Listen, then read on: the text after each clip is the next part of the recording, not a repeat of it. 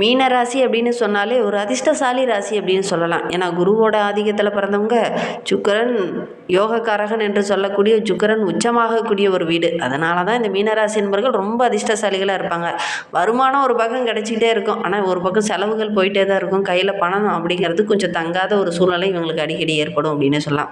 நீர் மாதிரி கையில் பணத்தை எடுப்பாங்க, ஆனால் கையில் பார்த்திங்கன்னா ஒன்றும் இருக்காது, அப்படியே போயிட்டே இருக்கிற மாதிரி தான் இருக்கும். இவங்க பிறந்ததுக்கப்புறம் பார்த்திங்கன்னா உங்களுடைய வாழ்க்கை ரொம்ப ஒரு மாற்றமாக இருக்கும். ஏன்னா இவங்களுடைய தந்தைக்கு ஏதாவது ஒரு அரசாங்க உத்தியோகம் கிடச்சிருக்கும், தொழிலில் ஒரு வளர்ச்சி அடைஞ்சிருப்பாங்க.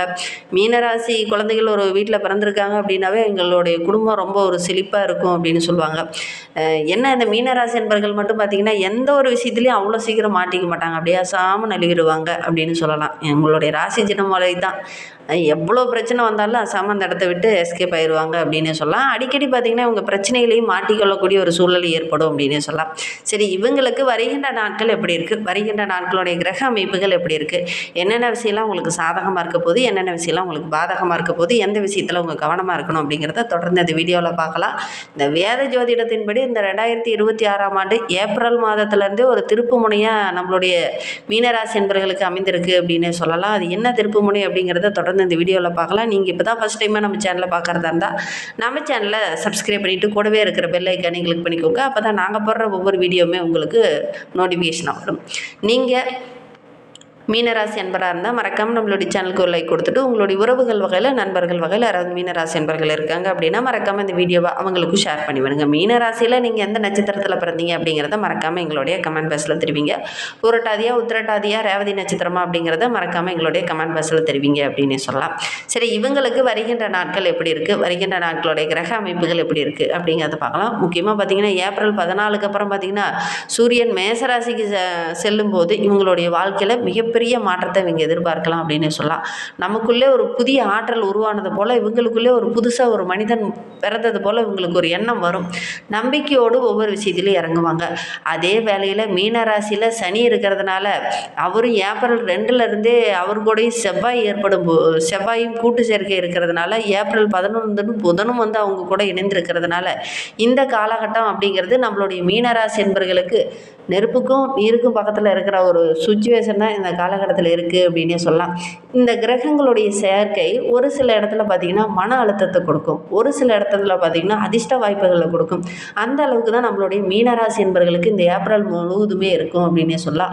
ஒவ்வொரு இடத்துலையுமே கொஞ்சம் நிதானத்தை நீங்கள் கடைபிடிக்கணும். இல்லை அப்படின்னா ஒரு சில இடங்களில் கொஞ்சம் ஏமாறக்கூடிய ஒரு சூழ்நிலை இருக்குது அப்படின்னே சொல்லலாம். இந்த மீனராசி என்பவர்களுக்கு பெரும்பாலான கிரகங்கள் ஓரளவுக்கு சாதகமாக இருக்குது, பெரும்பாலான கிரகங்கள் கொஞ்சம் அலைச்சலை தர மாதிரி ஒரு சூழ்நிலை இருக்குது அப்படின்னே சொல்லலாம். ஏப்ரல் 19 அன்று சுக்கிரன் தன்னுடைய சொந்த வீடான ரிஷபராசிக்கு செல்லும்போது கொஞ்சம் ஆறுதலாக இருக்கும் நம்மளுடைய மீனராசி என்பவர்களுக்கு அப்படின்னு சொல்லலாம். உறவுகளால் ஒரு சில இன்னல்களையும் பிரச்சனைகளையும் சந்திச்சுட்டு இருந்தவங்களுக்கு நல்ல ஒரு இனிமை தர மாதிரி, மகிழ்ச்சி தர மாதிரி ஒரு நல்ல விஷயம் நடக்கும் அப்படின்னு சொல்லலாம். பொருளாதார ரீதியாக பார்க்கும்போது ஓரளவுக்கு மேன்மையை இந்த மீனராசி என்பவர்கள் எதிர்பார்க்கலாம் அப்படின்னு சொல்லலாம். வியாழன் மிதுனத்திலும் ராகு கும்பத்திலும் வந்து அமரும்போது வெளியில் பயணம் போகும்போது கொஞ்சம் கவனமாக இருக்கணும். சூரியன் உங்களுடைய ராசிக்கு 12ஆம் வீட்டில் மேசராசியில் வந்து அமரும்போது ஓரளவுக்கு சாதகமான பலனை நம்மளுடைய மீனராசி என்பர்கள் எதிர்பார்க்கலாம் அப்படின்னு சொல்லலாம். எடுக்கிற காரியங்கள் எல்லாமே ஓரளவுக்கு சாதகமாக இருக்கும். அதற்காக கொஞ்சம் உழைப்பு அதிகமாக போட வேண்டிய ஒரு சூழ்நிலை தான், மற்றபடி பெருசாக பாதிப்பு அப்படிங்கிறது கொஞ்சம் இருக்காது அப்படின்னு சொல்லலாம். எந்த ஒரு விஷயத்துலையுமே கொஞ்சம் நிதானத்தை கடைபிடிக்கணும், அடுத்தவங்கக்கிட்ட கொஞ்சம் ஆலோசனை கேட்கணும். அடுத்தவங்கக்கிட்ட அப்படிங்கிறத விட உங்களுடைய தாய் தந்தையார்கிட்ட, உங்களுடைய வாழ்க்கை துணை இருக்காங்க அப்படின்னா அவங்கக்கிட்ட ஆலோசனை கேட்டு அதன் பிரகாரம் நீங்கள் செயல்படணும். எல்லா இடத்துலையுமே கொஞ்சம் நிதானத்தை கடைபிடிக்கணும். ஒரு பக்கம் அதிர்ஷ்ட வாய்ப்புகள் தேடி வந்தாலும் ஒரு சில இடத்துல சின்ன சின்ன இன்னல்களை சந்திக்க வேண்டிய ஒரு சூழ்நிலை இருக்குது. நிறைய விஷயங்களை சமாளிக்க வேண்டிய ஒரு சூழ்நிலை இந்த காலகட்டத்தில் இருக்குது அப்படின்னு சொல்லலாம். எந்த ஒரு விஷயத்துலையுமே நீங்கள் சுயமாக சிந்தித்து முடிவெடுக்கலாம் அப்படின்னு நினைப்பீங்க, அதுலேயே நிறைய இடைஞ்சல்கள் வரதுக்கான ஒரு சூழ்நிலை இருக்குது. கொஞ்சம் கவனமாக இருக்கிறது இந்த காலகட்டத்தில் இந்த மீனராசி என்பவர்களுக்கு ரொம்ப நல்லது அப்படின்னு சொல்லலாம். பொருளாதார நிலை அப்படின்னு எடுத்துக்கிட்டிங்கன்னா கொஞ்சம் ஏற்றத்தாழ்வு உள்ள ஒரு நிலையாக தான் இந்த காலகட்டத்தில் இருக்குது அப்படின்னு சொல்லலாம். கொடுத்த வாக்கை காப்பாற்ற முடியாது. எந்த ஒரு முடிவுமே உங்களால் கரெக்டாக செயல்படுத்த முடியாத ஒரு சூழ்நிலை தான். எவ்வளோ ஒரு முறைக்கு பல முறை எவ்வளோ முறை யோசித்தாலுமே ஒரு சில இன்னல்கள், தடைகள், பிரச்சனைகள் வரத்தான் செய்யும் இந்த காலகட்டத்தில் இந்த மீனராசி என்பவர்களுக்கு அப்படின்னே சொல்லலாம். குடும்ப சம்மந்தமாக முக்கியமான முடிவு எடுக்கிறீங்க அப்படின்னா இந்த காலகட்டத்தில் அவசர முடிவை தவிர்க்கிறது நல்லது. தேவையில்லாத வாக்குவாதம், தேவையில்லாத பிரச்சனை இதெல்லாம் வீட்டுக்குள்ளே வர்றதுக்கான ஒரு சாத்தியக்கூறு இருக்குது. இந்த காலகட்டத்தில் முன்கோபத்தை தவிர்க்கிறது நல்லது. எதிர்பார்த்த இடத்துலேருந்து ஒரு நல்ல செய்தி வரும் அப்படின்னு நீங்கள் நினச்சிட்டு இருந்திருப்பீங்க. அது கொஞ்சம் தாமதமாக தான் வரும். அது ஒரு சில இடத்துல இடைஞ்சலாக முடியக்கூடிய ஒரு சூழ்நிலை இருக்குது. முடிந்தால் இந்த காலகட்டத்தில் அந்த மீனராசி என்பவர்கள் குலதெய்வ கோயிலுக்கு போயிட்டு வாங்க. புதுசாக ஒரு முயற்சியில் இறங்க போகிறீங்க அப்படின்னா மற்றவங்ககிட்ட கொஞ்சம் ஆலோசனை கேட்டு இறங்குங்க. ஓரளவுக்கு சாதகமான பலனை எதிர்பார்க்கலாம். மனதில் ஏதாவது ஒரு கவலை, ஏதாவது ஒரு குழப்பம் இதெல்லாம் போட்டுட்டு குழம்பிட்டு இருக்கிற மாதிரி ஒரு சூழ்நிலை தான் இந்த காலகட்டத்தில் இந்த மீனராசி என்பவர்களுக்கு ஏற்படும் அப்படின்னு சொல்லலாம். புது நண்பர் வட்டாரம் இந்த காலகட்டத்தில் உருவாகும். பெரிய பெரிய விஐபிகளோட அறிமுகம் கிடைக்கும். அவங்க மூலிமா நிறைய ஆதாயங்கள் கிடைக்கக்கூடிய யோகம் இருக்குது. குடும்பத்தில் நிறைய பிரச்சனைகள் இந்த காலகட்டத்தில் உருவானாலும் அந்த பிரச்சனைக்கு தீர்வு என்ன அப்படிங்கிறத கொஞ்சம் நிதானமாக சிந்தித்து செயல்பட்டீங்கன்னாவே ஓரளவுக்கு சாதகமான பலன் உங்களுக்கு கிடைக்கும் அப்படின்னு சொல்லலாம். விலை உயர்ந்த பொருள்லாம் வாங்குறீங்க அப்படின்னா கரெக்டாக செக் பண்ணுதா, ஒர்க் ஆகுதா அப்படிங்கிறத பார்த்துட்டு அதுக்கப்புறம் வாங்க. அவசரமாக நீங்கள் வாங்குகிற பொருள்கள் உங்களுக்கு அவ்வளோ சாதகமாக இருக்காது, அவ்வளோ அனுகூலமாகவும் இருக்காது. அதனால் ஒரு முறைக்கு பல முறை செக் பண்ணி பார்த்துட்டு வாங்க. ஒரு வண்டி வாகனம் வாங்க போகிறீங்க, ஒரு கார் வாங்க போகிறீங்க, வீட்டுக்கு தேவையான ஆடம்பர பொருள் ஏதாவது வாங்க போகிறீங்க அப்படின்னா ஒரு முறைக்கு 2 முறை செக் பண்ணி பார்த்துட்டு அதுக்கப்புறம் வாங்குங்க அப்படின்னே சொல்லலாம். குடும்பத்தில் நல்ல ஒரு சந்தோஷமான சூழ்நிலை உருவாகிறதுக்கு நீங்கள் கொஞ்சம் பொறுமையாக தான் இந்த காலகட்டத்தில் இருக்கும் அப்படின்னு சொல்லலாம். உறவுங்கிட்ட பேசும்போது கூட கொஞ்சம் கவனமாக பேசுங்க. ஒரு சில உறவுகள் இந்த காலகட்டத்தில் உங்களுக்கு உதவிகரம் நீட்டுவாங்க. கணவன் மனைவிக்கிடையே சின்ன சின்ன வாக்குவாதங்கள் அப்பப்போ வர்றதுக்கான ஒரு சாத்தியக்கூறு இருக்குது. விட்டு கொடுத்து அனுசரணையாக போகிறது நல்லது அப்படின்னு சொல்லலாம். பிரியமானவங்ககிட்ட கொஞ்சம் இணக்கமான சூழ்நிலை இருக்கும். வெளியில் ரொம்ப தூரம் பயணம் போகிறத இந்த காலகட்டத்தில் இந்த மீனராசி என்பவர்கள் தவிர்க்கிறது நல்லது. ரொம்ப நாளாக நீங்கள் எதிர்பார்த்துட்டு இருந்திருப்பீங்க, ஒரு சில பொருளெல்லாம் வாங்கணும், ஒரு சில விஷயங்கள்லாம் செய்யணும் அப்படின்னு.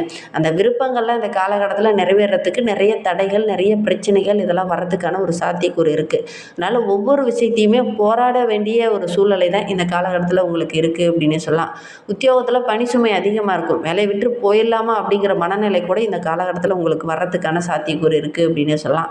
தொழிலில், வியாபாரத்தில் புதுசாக முதலீடு போடுறத இந்த காலகட்டத்தில் இந்த மீனராசி என்பவர்கள் தவிர்க்கிறது ரொம்ப நல்லது அப்படின்னு சொல்லலாம்.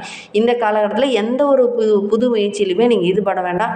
புதுசாக ஒரு தொழிலோ வியாபாரமோ செய்ய போகிறீங்க, புதுசாக ஏதாவது ஸ்கூலில் காலேஜில் அட்மிஷன் போட போகிறீங்கன்னா கூட இந்த காலகட்டத்தில் கொஞ்சம் செய்யாமல் இருக்கிறது நல்லது அப்படின்னு சொல்லலாம். குறிப்பாக சந்திராஷ்டம நாட்களில் நீங்கள் எந்த ஒரு விஷயத்துலையும் கவனமாக தான் இருக்கணும். மற்றவங்ககிட்ட பேசும்போதும் பழகும்போதும் கூட கொஞ்சம் எச்சரிக்கையாக தான் இருக்கணும். தேவையில்லாத வாக்குவாதங்கள், இன்னல்கள் இதெல்லாம் சந்திக்க வேண்டிய ஒரு சூழ்நிலை இருக்குது.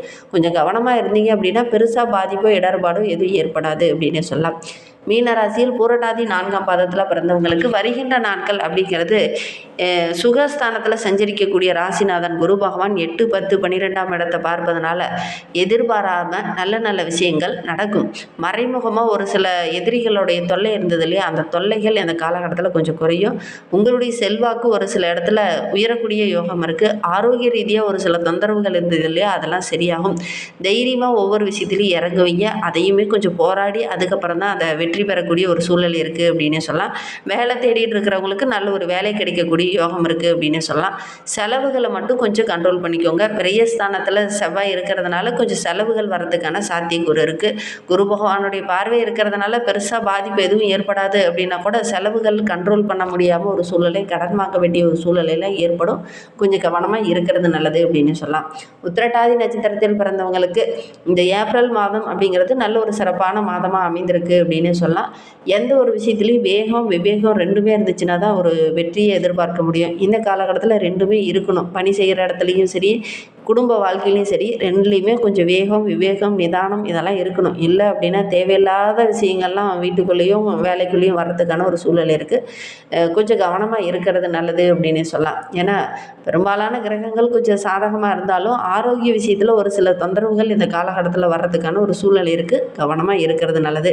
ரேவதி ரேவதி நட்சத்திரத்தில் பிறந்தவங்களுக்கு வருகின்ற நாட்கள் எப்படி இருக்குது அப்படிங்கிறத பார்க்கலாம். புதன் விரைய ஸ்தானத்தில் விரைய ஸ்தானாதிபதி குருவோடு சேர்ந்து இருக்கிறதுனால செலவுகள் ஓரளவுக்கு குறையும். மனதில் ஒரு விதமான குழப்பம் இருந்ததுலேயே அந்த குழப்பத்துக்கு நல்ல ஒரு தெளிவு கிடைக்கும். சுய தொழில் தொடங்கலாம் அப்படின்னு நினைக்கிறவங்க ஒரு முறைக்கு பல முறை மற்றவங்ககிட்ட ஆலோசனை கேட்டு அதன் பிரகாரம் தொடங்குறது நல்லது. இன்னுமே வாழ்க்கை ரொம்ப சிறப்பாக இருக்குது. சனீஸ்வர பகவானை சனிக்கிழமையில் போய் வழிபட்டுட்டு வாங்க. உங்களுக்கு இருக்கக்கூடிய சங்கடங்கள், பிரச்சனைகள், கஷ்டங்கள் எல்லாமே கொஞ்சம் கொஞ்சமாக குறையும். நம்பிக்கையோடு இதை மட்டும் செஞ்சு பாருங்கள். இந்த மாதிரி பயனுள்ள தகவலை நீங்கள் தொடர்ந்து கேட்கணும் அப்படின்னு நினச்சிங்கன்னா நம்ம சேனலை சப்ஸ்கிரைப் பண்ணிவிட்டு கூடவே இருக்கிற பெல் ஐக்கானையும் கிளிக் பண்ணிக்கோங்க. அப்போ தான் நாங்கள் போடுற ஒவ்வொரு வீடியோவுமே உங்களுக்கு நோட்டிஃபிகேஷனாக வரும். நீங்கள் மீனராசி அன்பராக இருந்தால் மறக்காமல் நம்மளுடைய சேனலுக்கு ஒரு லைக் கொடுத்துட்டு உங்களுடைய உறவுகள் வகையில், நண்பர்கள் வகையில் யாராவது மீனராசி அன்பர்கள் இருக்காங்க அப்படின்னா மறக்காமல் இந்த வீடியோவை அவங்களுக்கும் ஷேர் பண்ணிவிடுங்க. இந்த வீடியோவை முழுமையாக பார்த்ததற்கு நன்றி.